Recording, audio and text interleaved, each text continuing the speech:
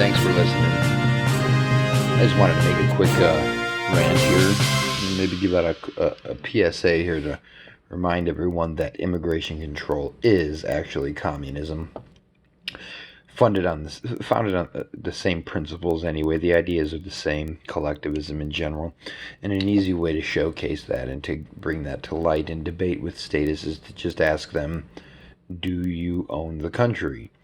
And usually the line of questioning after that will end up being, the result will end up being, they'll say that they own the country in common with each other, or collectively, the country is the collective property of the United States citizens.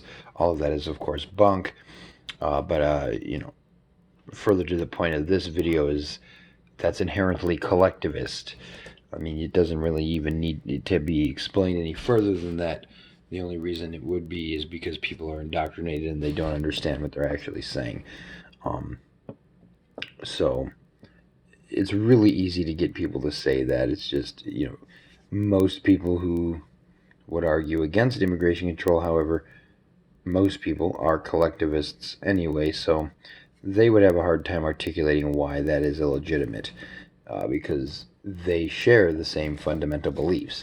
And your common statist, of course, he's going to believe in some sort of so-called immigration control and government borders, but when you realize that it's all collectivism, you kind of give that up. Most of the time, anyway. I did have one person say, yes, I'm aware that's collectivism. And then I asked him, well, why is that good? But he never got back to me. Hopefully he realized because it's not good at all. It's the same thing. So the idea then, if that we as so-called citizens all own the country in common, I mean, there's a couple other questions you can just ask. When you put them very bluntly and directly, they sound a little confusing probably to most people, but you can say, so am I part owner of the land which your house rests upon?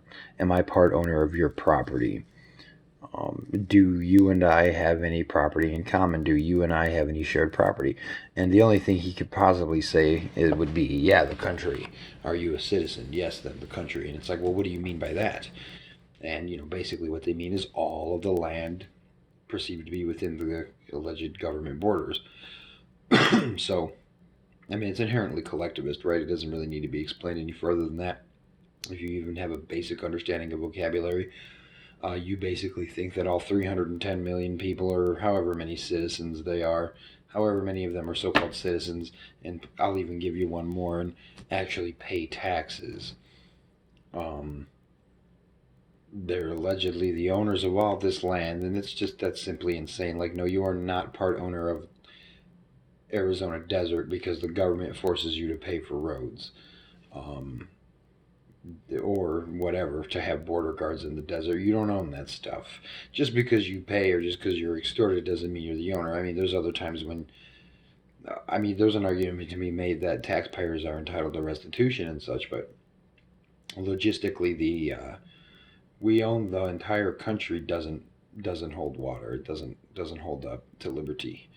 So, just reminding you there that immigration control is actually communism.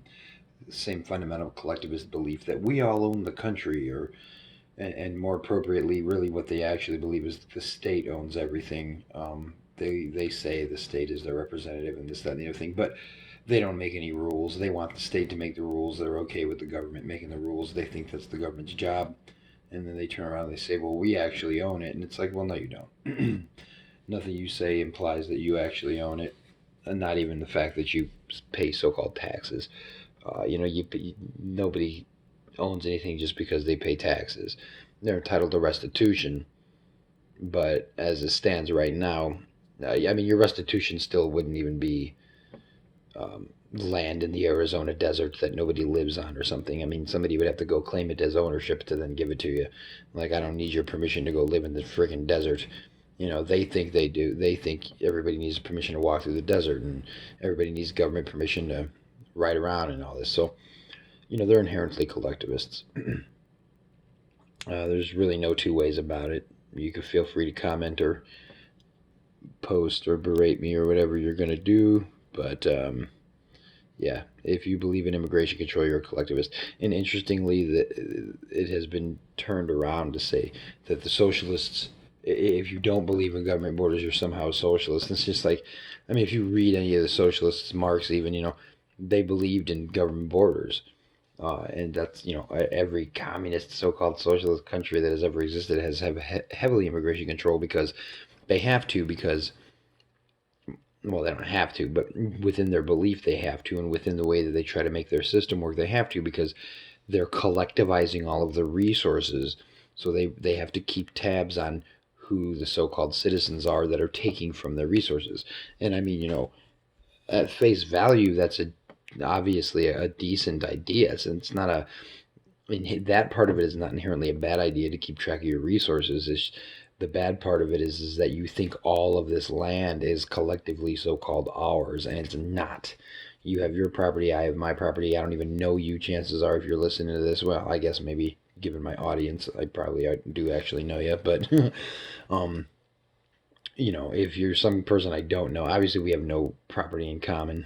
Our mutual subjugation by the state does not mean that you and I are co-owners of the Arizona desert and therefore have the right to build some wall out there to, you know, pillage the people that are trying to travel around and rifle through their belongings and kick them out of my imaginary property line over there.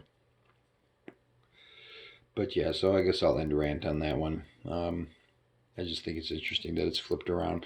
I mean, some of the socialist propaganda, yeah, they talk about an abolition of borders eventually and things like that, and they do have a kind of a sympathetic bent towards that. But all of the socialists who believe in government, the state socialists, the Marxists, the Leninists, they all believe in immigration control. It's a collectivist idea. The only people who would even call themselves a communist and who wouldn't would be the so-called anarcho-communists. But we're not necessarily talking about them right now. We're talking about how Republicans think they support liberty and they want the government to control where everyone is moving. So, immigration control is an inherently collectivist idea.